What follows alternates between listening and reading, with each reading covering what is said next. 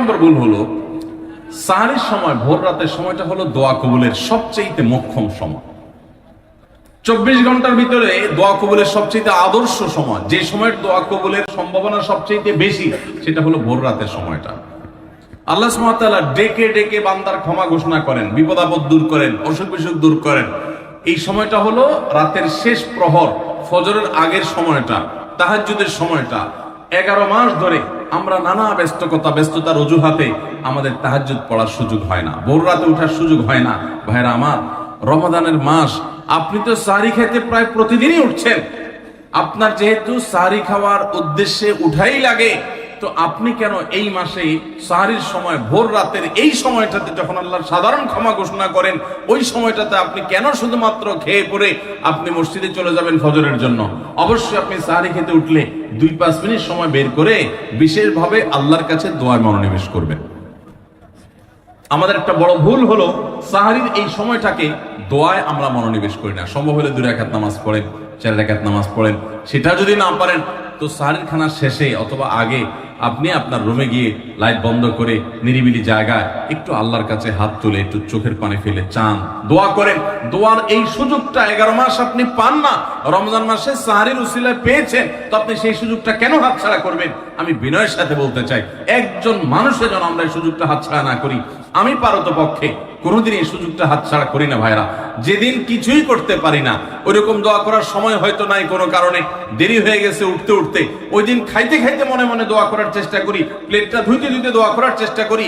কারণ মুয়াজ্জিন ফজরের আজান যখন দেন, ওয়াক্ত যখন হয়, তার আগ মুহূর্ত পর্যন্ত আল্লাহ তাআলা দুনিয়ার আসমানে এসে তারপরে বান্দাকে ডেকে ডেকে বলেন, আলা মিন মুবতালান, তোমাদের মধ্যে কেউ কি অসুস্থ আছো, ফাআফিয়াহু, আমি তাকে সুস্থতা দান করব। আলা মিন মুস্তাগফিরিন ফাগফির লাহ, তোমাদের মধ্যে কেউ কি আছো ক্ষমা প্রার্থনাকারী, আমি তাকে ক্ষমা করে দিব। এভাবে ডেকে ডেকে আল্লাহ তাআলা দিতে থাকেন। টোটাল 24 ঘন্টার মধ্যে যেই সময়টার দোয়া ফেরত দেয়া হয় না, যেই সময়টার দোয়া মিস হওয়ার সম্ভাবনা খুবই কম, আপনার দোয়ার বেসিক শর্তগুলো ঠিক থাকলে এই দোয়া কবুল হওয়ার সম্ভাবনা জোরালো, সেই সময়টা হলো ভোর রাতের সময়টা। রমজান মাসে এই সময়টাতে দোয়ার যে সুযোগ তৈরি হয়, দোয়ার যে বিশাল সুযোগ আপনি পান, এই সুযোগটা হাতছাড়া করে আপনি শুধুমাত্র খেয়ে দিয়ে এই সময়টাকে পার করে দেন, এটা কখনো বুদ্ধিমানের কাজ হতে পারে না। এই জন্য রমজান মাসের ভুলগুলোর মধ্যে থেকে একটা হলো যে সাহরির সময়টাতে, ভোর রাতের সময়টাতে, দোয়া কবুলের গুরুত্বপূর্ণ সময়টাতে আমরা দোয়া তো করি না। অনেকে ওই সময় আজকাল সাহরি পার্টি বের করেছেন, তামাশা বের করেছেন, অনেকে টেলিভিশনে প্রোগ্রাম দেখেন। কোন চ্যানেলে সাহরির সময়ের কোন প্রোগ্রাম আমরাও মাঝে মধ্যে, এগুলো আগে রেকর্ড করা থাকে। সাহরির সময় আমরা টেলিভিশনে প্রোগ্রাম করতে চাই না, আগে রেকর্ড করা থাকে, সেগুলো চলে। এগুলো হলো তাদের জন্য যারা টেলিভিশনে হারাম জিনিস দেখবে, ওই টাইমটাতে সে যেন হারাম জিনিস না দেখে ভালো কিছু দেখে। আপনাদেরকে আমরা বলবো, কখনো ওই ভোর রাতের ওই সময় ইসলামিক প্রোগ্রামও দেখতে যাবেন না। আপনি ওই সময়টাতে আল্লাহর সাথে কথা বলবেন, ওই টাইমটা ইবাদতের সময়, ওই টাইমটা দোয়া এবং রোজাদারের সময়। আমরা বেশিরভাগ মানুষ এই ভুলটা করি যে রমজানে আল্লাহর কাছে পাওয়ার এই বিশাল সুযোগ আমরা হাতছাড়া করে ফেলি। আমরা এখন থেকে সাহরিতে উঠলে দোয়া করবো তো ইনশাআল্লাহ। আল্লাহ আমাদের সবাইকে তৌফিক দান করুন। তাহলে এটি ছিল 11 নম্বর ভুল। রমাদানকে আমাদের সার্থক করতে হলে এই ভুলটা দূর করতে হবে, সংশোধন করতে হবে। সাহরিতে দোয়া থেকে বিরত থাকা, এই ভুল করা যাবে না।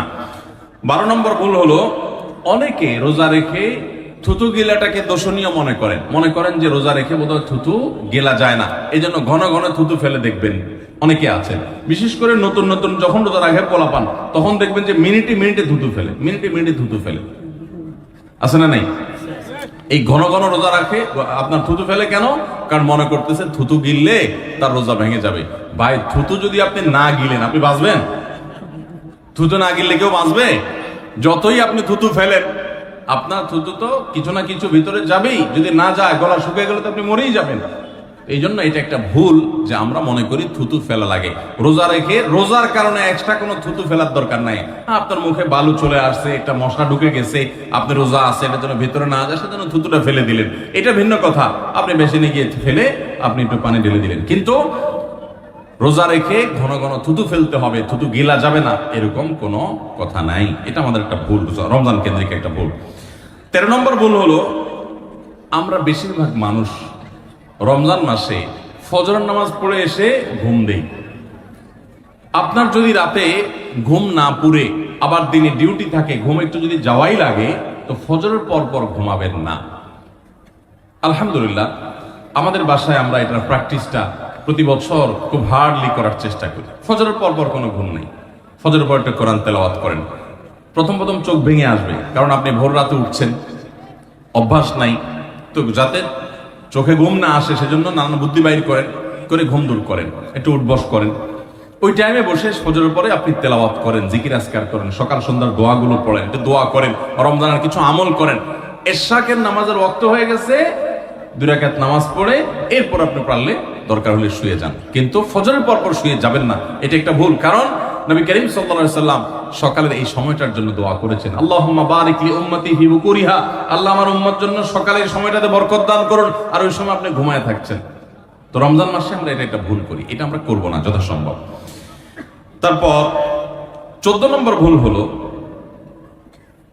আমরা যারা নিয়মিত আজানের জবাব দেই, আজানের জবাব দেওয়া একটা আমল, আপনারা জানেন তো, মুয়াজ্জিন যা বলে তার সাথে সাথে তা বলা, তার পরপর সেটা বলা। মুয়াজ্জিন যখন আল্লাহু আকবার বলে তখন আপনিও আস্তে আস্তে করে আল্লাহু আকবার বলবেন। মুয়াজ্জিন আবার যখন আল্লাহু আকবার বলবে আপনিও আল্লাহু আকবার বলবেন। মুয়াজ্জিন যখন আশহাদু আল্লা ইলাহা ইল্লাল্লাহ বলবে আপনিও আশহাদু আল্লা ইলাহা ইল্লাল্লাহ বলবেন। মুয়াজ্জিন যখন আশহাদু আন্না মুহাম্মাদুর রাসূলুল্লাহ বলবে আপনি কি বলবেন? আশহাদু আন্না মুহাম্মাদুর রাসূলুল্লাহ বলবেন। অনেকে সাল্লাল্লাহু আলাইহি সাল্লাম পড়ে, সাল্লাল্লাহু আলাইহি সাল্লাম পড়বেন হলো আযানের শেষে, কিন্তু আযান চলাকালীন আশহাদু আন্না মুহাম্মাদুর রাসূলুল্লাহ বলবেন। সহিহ মুসলিমের আযানের জবাব দেওয়ার অধ্যায়ে পরিষ্কারভাবে নবী সাল্লাল্লাহু আলাইহি ওয়াসাল্লাম শিক্ষা দিয়েছেন। ইমাম মুয়াজ্জিন যখন বলবে ইযা ক্বালা আশহাদু আন্না মুহাম্মাদুর রাসূলুল্লাহ ফাকুলু আশহাদু আন্না মুহাম্মাদুর রাসূলুল্লাহ, তখন আমরা আশহাদু আন্না মুহাম্মাদুর রাসূলুল্লাহ বলবো। এরপর হাইয়া আলাস সালাহ হাইয়া আল ফালাহ যখন বলবে তখন লা হাওলা ওয়ালা কুওয়াতা ইল্লা বলবো। এরপর আল্লাহু আকবার বললে তাই বলবো, লা ইলাহা ইল্লাল্লাহ বলার সময় তাই বলবো। তারপরে আযানের জবাব দেবো, দুরূদ পড়বো, দোয়া পড়বো। এই যে আযানের জবাব, এটাতে লাভ হয় কি জানেন? মুয়াজ্জিন আযান দিয়ে যেই সওয়াব পায়, আযানের যারা মুখে জবাব দেয়, মুয়াজ্জিনের সাথে সাথে বলে, তাদেরকে আল্লাহ তাআলা সমপরিমাণ সওয়াব দান করেন। আর মুয়াজ্জিন কি পরিমাণ সওয়াব পায় সেটা কি জানেন? কোন মুয়াজ্জিন যদি আল্লাহকে খুশি করার জন্য আযান দেয়, দুনিয়ার উদ্দেশ্য তার কাছে না থাকে, বরং আল্লাহকে খুশি করাটাই তার উদ্দেশ্য থাকে, তাহলে এই মুয়াজ্জিনের ফজিলত হলো ওই মুয়াজ্জিনের আযান শুনে যত মানুষ মসজিদে আসবে, ওই ওয়াক্ত নামাজে যত মানুষ শামিল হবে, সবাই যে পরিমাণ সওয়াব পাবে, যার যার অ্যাকাউন্টে যাবে, বোনাস হিসাবে সবার সমপরিমাণ সওয়াব মুয়াজ্জিনকে দেওয়া হবে। আর আপনি মুয়াজ্জিনি না করে শুধু আযানের জবাব দিলেও সেই মর্যাদা বোনাস হিসেবে আল্লাহ তাআলা আপনাকে দান করবে। এই হাদিসের ফজিলত একবার আরো 10-12-13 বছর আগে কোন এক জায়গায় আমি বলেছিলাম, সৌদি আরবে থাকতে। তখন এক ভদ্র মহিলা আমাকে বললেন, হুজুর এই হাদিসটা আপনার কাছ থেকে শেখার পর, জানার পর থেকে আমি মক্কা শরীফের লাইভ আজান নিয়মিত ওই টাইমে, আমি রেডিও শুনি না, মোবাইলে বিভিন্ন ভাবে লাইভ আজানটা আমি শোনার চেষ্টা করি এবং ওই মুয়াজ্জিনের সাথে সাথে জবাব দেওয়ার চেষ্টা করি। কারণ আমার যখন এটা জানা হলো যে মুয়াজ্জিন যত পরিমাণ সওয়াব পাবে তত পরিমাণ সওয়াব পাওয়া যাবে, তো মক্কার মুয়াজ্জিন সাহেবের আজান শুনে যত মানুষ প্রতি ওয়াক্তে নামাজ পড়ে, এত বেশি নামাজ তো দুনিয়ার অন্য কোনো মসজিদে প্রত্যেক ওয়াক্তে পড়ে না। সো আমি লক্ষ লক্ষ মানুষের নামাজ পড়ার সময় সওয়াব মুয়াজ্জিনের পরিমাণ পেতে চাই, সেজন্য মক্কার লাইভ আজানটা আমি ফলো করি। সুবহানাল্লাহ, আমি অবাক হয়ে গেলাম। মানুষ আল্লাহর সন্তুষ্টির জন্য কত ভাবে চেষ্টা করে, অথচ আমরা হেলায় হারিয়ে ফেলি। আপনার মহল্লার যে আজানটা সবার আগে আপনার কানে আসে, আপনার মহল্লার আজান, ওটা জবাব আপনি দিবেন, এরপর বাকিগুলো আপনি দিতে পারলে দিবেন, না দিতে পারলে না। এই যে আজানের জবাব, এই আজানের জবাবটা আমরা অনেকে 12 মাসে একটু আধটু দেওয়ার চেষ্টা করলেও রমজান মাসে মাগরিবের নামাজের আজান, এটার জবাব নিয়মিত আজানের জবাবকারীরাও দেয় খুব কম। এটা রমজানের একটা ভুল। কেন দেয় না? কারণ সেই আসরের পর থেকে নিয়ে 10, 12 পদ, 13 পদ, 14 পদ ইফতার সামনে নিয়ে বসে যে দাঁত কচকচ করতেছিল, হাতগুলো শুধুমাত্র আকুপাকু করতেছিল যে কখন আপনার বেগুনি ধরবে, কখন পেঁয়াজ ধরবে, কখন বুটমরিতে হাত দিবে।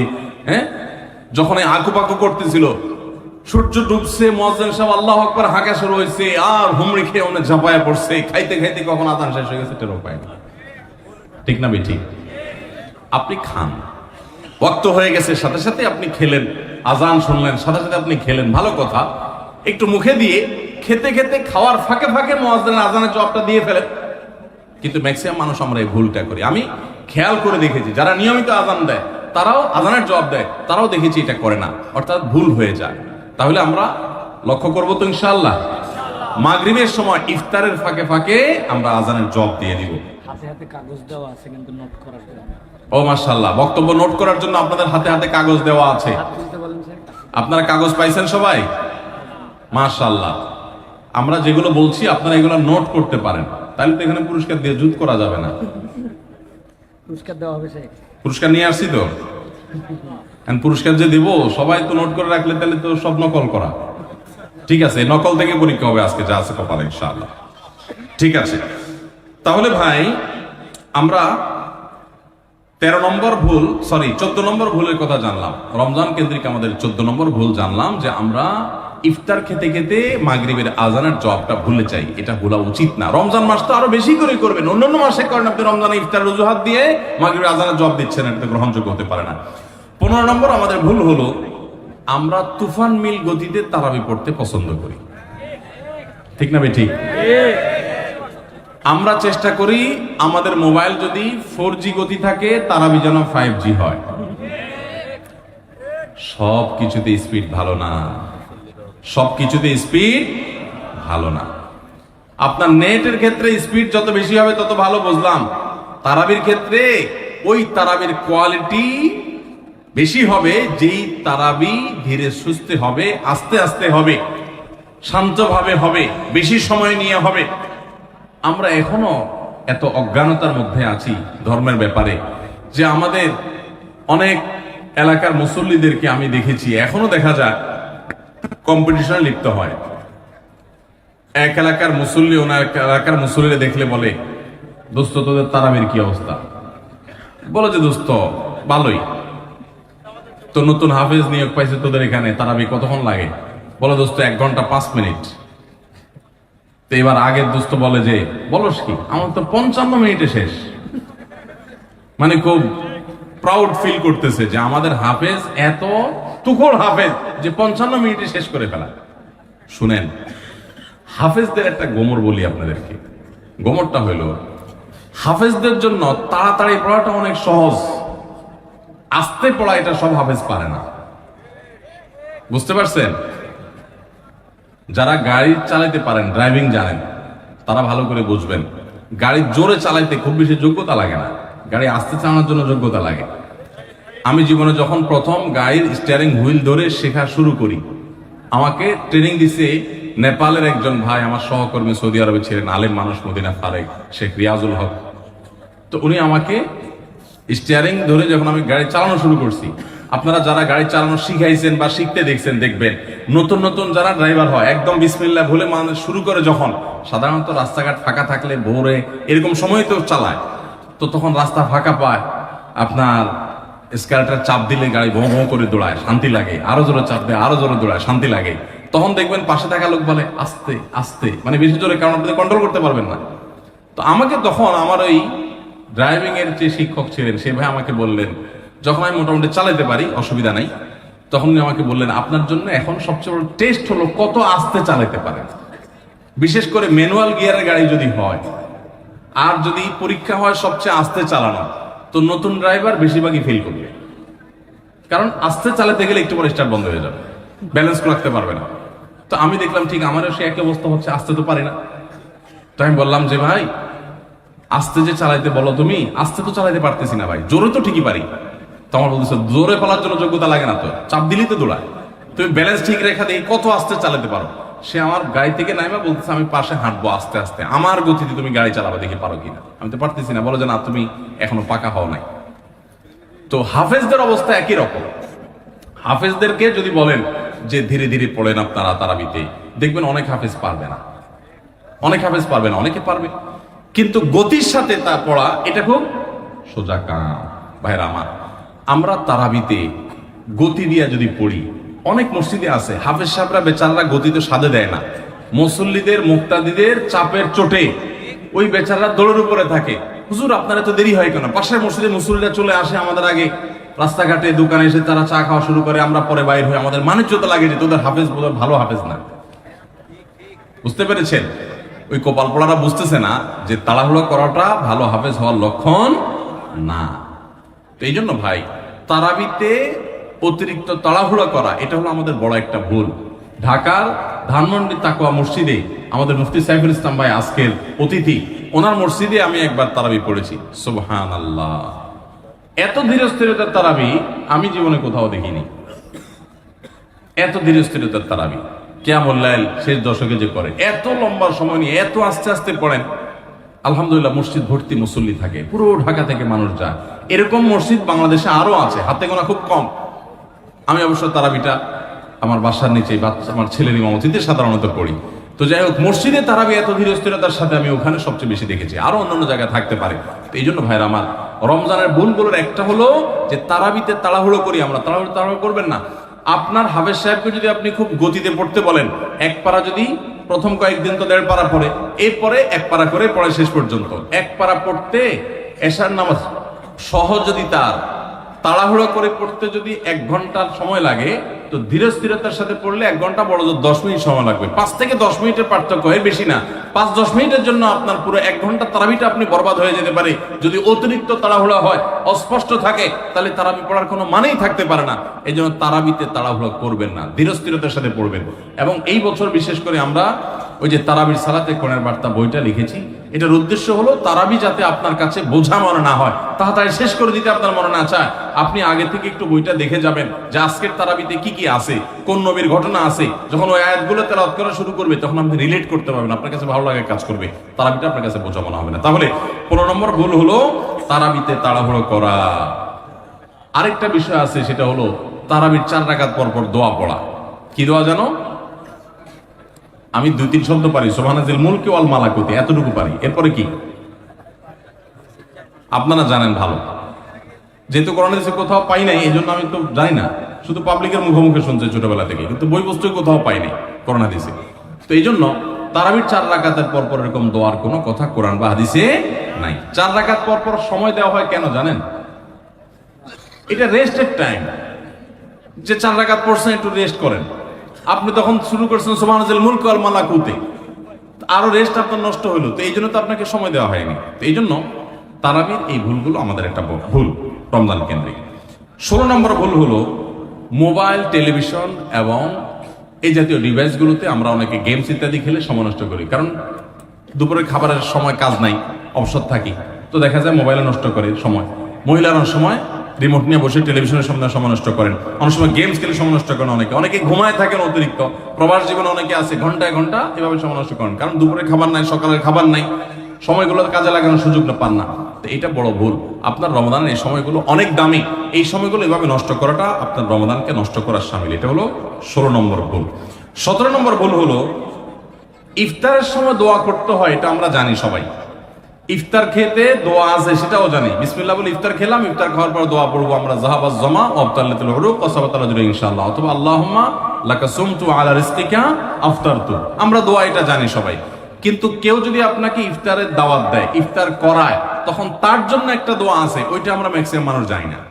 বলবো সেটা, সেই দোয়াটা হলো নবী করিম সাল্লাল্লাহু আলাইহি সাল্লাম তাকে কেউ ইফতার করালে তিনি তার জন্য দোয়া করতেন, আকালা তুআমাকুমুল আবরার ওয়াসাল্লাত আলাইকুমুল মালাইকা ওয়া আফতার ইনদাকুমুস সাইমুন। তোমাদের খাবার যেন নেককাররা খায়, হ্যাঁ, এবং তোমাদের উপর ফেরেশতারা যেন তোমাদের জন্য দোয়া করে, আর তোমাদের খাবার যেন রোজাদাররা খায় ইফতার করে। কেউ ইফতার করে তার জন্য এই দোয়া করা সুন্নাত, এটা আমরা অনেকে চাই না। তো এই দোয়া না করা, এটা আমার মনে হয় আমাদের সমাজের ম্যাক্সিমাম মানুষের মধ্যে আছে যে আমরা দোয়া করি না, ইফতার কেউ খাওয়াইলে খেয়ে চলে আসি, বড় জোর অন্য দোয়া পড়ি, কিন্তু এই দোয়া পড়া সুন্নাত, এটা আমরা জানি না। তাহলে এটা একটা ভুল আমাদের রমজান কেন্দ্রিক। 18 নম্বর ভুল হলো ইতিকাফ না করা এবং পরিবারকে শেষ 10 দিনে ঘুম থেকে জাগিয়ে না তোলা। রমজানের শেষ 10 দিন ইতিকাফ করা হলো রমজানের সবচাইতে তৃপ্তিদায়ক ইবাদত। যেই ইবাদতের তৃপ্তি আপনি নগদে পাবেন, সেটা হলো রমজানের শেষ দশকের ইতিকাফ। দুঃখজনক বিষয় হলো ম্যাক্সিমাম মানুষ আমাদের দেশে মসজিদগুলোতে দেখা যায় ইতিকাফের লোক পাওয়া যায় না, টাকা দিয়ে লোক ভাড়া করে ইতিকাফে রাখা লাগে। একটা দুঃখজনক ব্যাপার। তো রমজানের একটা গুরুত্বপূর্ণ আমল হলো এই ইতিকাফ, এটা আমরা করি না, চেষ্টা করবো তো ইনশাআল্লাহ। একবার যদি আপনি ইতিকাফ করেন, ইতিকাফের মজা যদি একবার পেয়ে যান, বিশেষ করে কয়েকজন ইবাদত গুজার মানুষের সাথে থাকেন, একটা পরিবেশ পান, আপনাকে জীবনে ইতিকাফ থেকে কেউ আর ঠেকাতে পারবে না, দূরে রাখতে পারবে না, এতেকাফ আপনি করেই ছাড়বেন, এত মজার ইবাদত। এবং সেই সাথে রমজানের শেষ দশকে নবী সাল্লাল্লাহু আলাইহি ওয়াসাল্লাম পরিবারের লোকদেরকে ঘুম থেকে ডেকে তুলতেন, আমরা এটা করি না। পরিবারের লোকদেরকে সহ পুরো পরিবার মিলে একসাথে ইবাদত বন্দি করা শেষ দশকে, এটা গুরুত্বপূর্ণ একটা ইবাদত। তাহলে 18 নম্বর ভুল হলো ইতিকাফ না করা, পরিবারকে শেষ দশকে না জাগানো।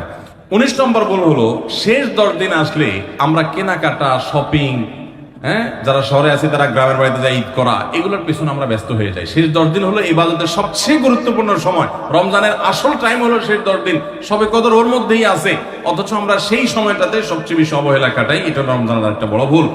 আর 20 নম্বর এবং সর্বশেষ যেটা বলতে চাই সেটা হলো যে অনেকে আমরা ফিতরাটা সময় মতো দেই না।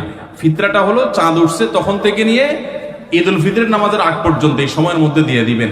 এত অল্প সময়ের মধ্যে রাত্রের মধ্যে গরিব যদি খুঁজে না পান তাহলে 1 দিন 2 দিন আগে থেকেও দিতে পারবেন, কিন্তু কোন অবস্থাতে ঈদের নামাজের পরে ফিতরা দিলে সেটা ফিতরা আদায় হবে না। তাহলে ভাইরা আমার, এই 20টা ভুল যদি আমরা সংশোধন করতে পারি, এগুলোর প্রতি আমরা খেয়াল রাখতে পারি, তাহলে আশা করা যায় আমাদের রমজানটা বড় সুন্দর হবে, অর্থবহ হবে। এই রমজানটা আমাদেরকে তাকওয়া অর্জন করাবে এবং সফল এবং সার্থক রমজান আমরা কাটাতে পারবো। চেষ্টা করবো তো ইনশাআল্লাহ।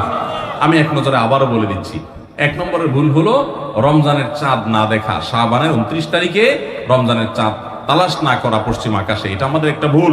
2 নম্বর হলো আমাদের রমজানের প্রস্তুতির অংশ হিসেবে শুধু খাবার টাবার কিনে ভরায় ফেলা, ইবাদতের রুটিন নাই, খাবার নিয়ন্ত্রণ করার ব্যবস্থা নেই, বরং অতিরিক্ত খাবারের ব্যবস্থা করা, এটা আমাদের একটা ভুল। 3 নম্বর হলো আমাদের ছোট ছেলে মেয়েরা যদি রোজা রাখতে চায় তাদেরকে রাখতে না দেওয়া, মায়া করে তাদেরকে রোজা থেকে বিরত রাখা, এটা আমাদের একটা ভুল। 4 নম্বর হলো মুখে নাওয়াইতা নাসুমা গাদান এই জাতীয় দোয়া করাটাকে জরুরি মনে করা, এটা একটা ভুল।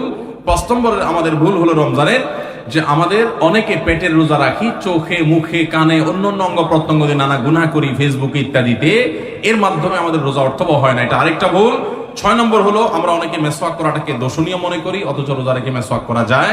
7 নম্বরে ভুল হলো আমরা অনেকে সারি খেতে খেতে একেবারে আজান পর্যন্ত ঠেকাই দেই, অথচ এটা ভুল, আজান পর্যন্ত ঠেকাইতে হয় না, একটু আগে শেষ করতে হয়, এবং আজান দিচ্ছে তখনও আপনি খাবেন, এটা তো রোজাই হবে না আপনার যদি ওয়াক্ত হয়ে যায়।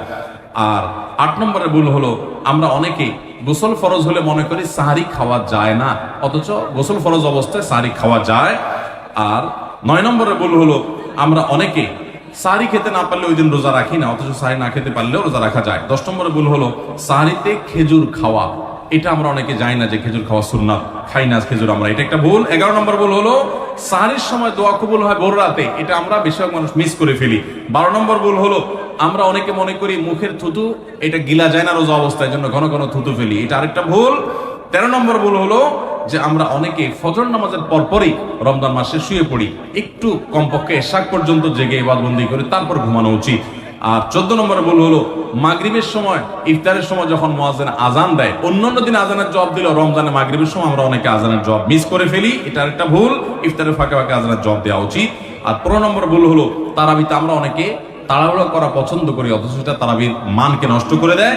16 নম্বর ভুল হলো মোবাইলে, টেলিভিশনে, বিভিন্ন প্রোগ্রামে, গেমস ইত্যাদিতে আমরা রোজা থেকে যেহেতু খাবার দাবার নাই সকালে দুপুরে, এই টাইমটাতে আমরা সময় নষ্ট করি, এটা আরেকটা ভুল। আর 17 নম্বর হলো যে ব্যক্তি ইফতার করায় তার জন্য একটা দোয়া পড়তে হয়, আকালা তাআমুকুল আবরার ওয়া সাল্লাত আলাইকুল মালাইকা ওয়া আফতার ইনদাকুমুস সাইমুন, আমরা অনেকে কেউ ইফতার করে তাকে দোয়া করাতে যাই না, এটা আরেকটা ভুল। আর 18 নম্বর হলো রমজানের শেষ 10 দিনে নবী সাল্লাল্লাহু আলাইহি ওয়াসাল্লাম জীবনে কখনো ইতিকাফ ছাড়েন নাই, যত বছর তিনি বেঁচে ছিলেন প্রত্যেক বছর রমজানের শেষ 10 দিন তিনি মসজিদে ইতিকাফ করতেন। আমরা যে আমল নবী সাল্লাল্লাহু আলাইহি ওয়াসাল্লাম জীবনে 1 বছরও ছাড়েন নাই, সে আমল বেশিরভাগ মানুষ জীবনে 1 বছরও করি নাই। রমজানের আসল মজাই হলো ইতিকাফ, এটা আমরা বেশিরভাগ করি না, এটা একটা ভুল। এবং পরিবারের লোকদেরকে শেষ 10 দিন জাগায় তোলা ইবাদত বন্দিগির জন্য, সেটা আমরা করি না। 19 নম্বর ভুল হলো শেষ 10 দিন হলো ইবাদতের 10 দিন, নবী সাল্লাল্লাহু আলাইহি ওয়াসাল্লাম ইয়াজতাহিদু ফিহি মা লা ইয়াজতাহিদু ফি গায়রি, এই 10 দিন ইবাদতের জন্য যত চেষ্টা করতেন এত চেষ্টা কখনো করতেন না। আর এই 10 দিন আমরা বেশিরভাগ মানুষ কেনাকাটা, শপিং ইত্যাদিতে ঘোরাফেরাতে নষ্ট করি, এটা সবচেয়ে বড় ভুলগুলোর একটা। আর 20 নম্বর হলো ফিতরা আমরা সময় মতো আদায় করি না, অনেকে ঈদের নামাজের পরে ফিতরা দেন, সেটা ফিতরা আদায় হবে না, সাধারণ দান হয়ে যাবে, এটা হলো 20 নম্বর এবং সর্বশেষ ভুল।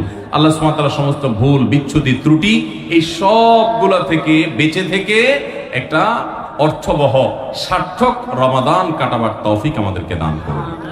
সবাই চেষ্টা করবো তো ইনশাআল্লাহ। জাযাকুমুল্লাহু খায়রা ওয়া আখিরু দাওয়ানা আলহামদুলিল্লাহি রাব্বিল আলামিন। সুবহানাল্লাহ, অনেক টাইম হয়ে গেছে। প্রশ্নোত্তরে কি যাবো আমরা ভাই? প্রশ্নোত্তরে আমরা যাব?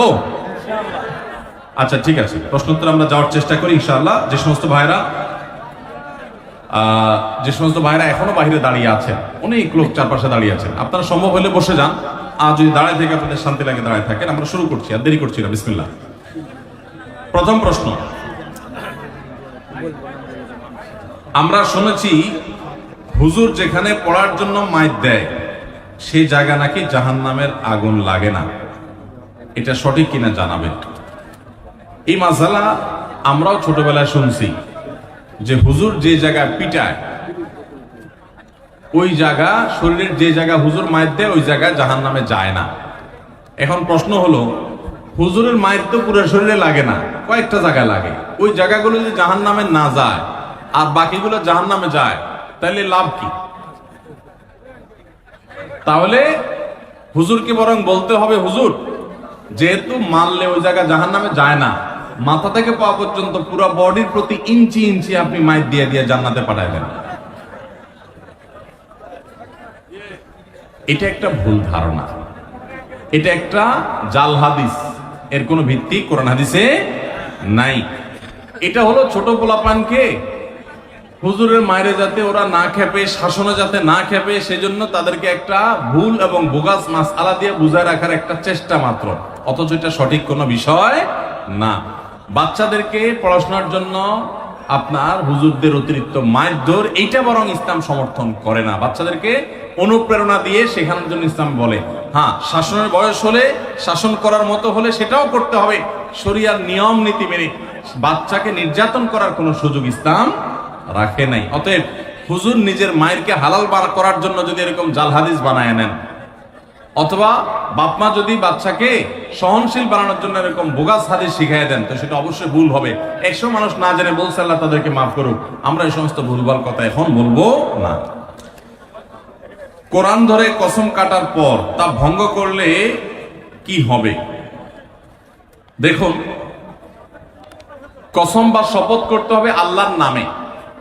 কোরআন স্পর্শ করে শপথ করা এটা শপথের মূল পদ্ধতি না, কিন্তু এরপরও যদি কেউ এরকম শপথ করে, তার উদ্দেশ্য যেহেতু হয় আল্লাহর নামে শপথ করাই, এজন্য সেই শপথ রক্ষা না করলে তার কসমের কাফারা দিতে হবে।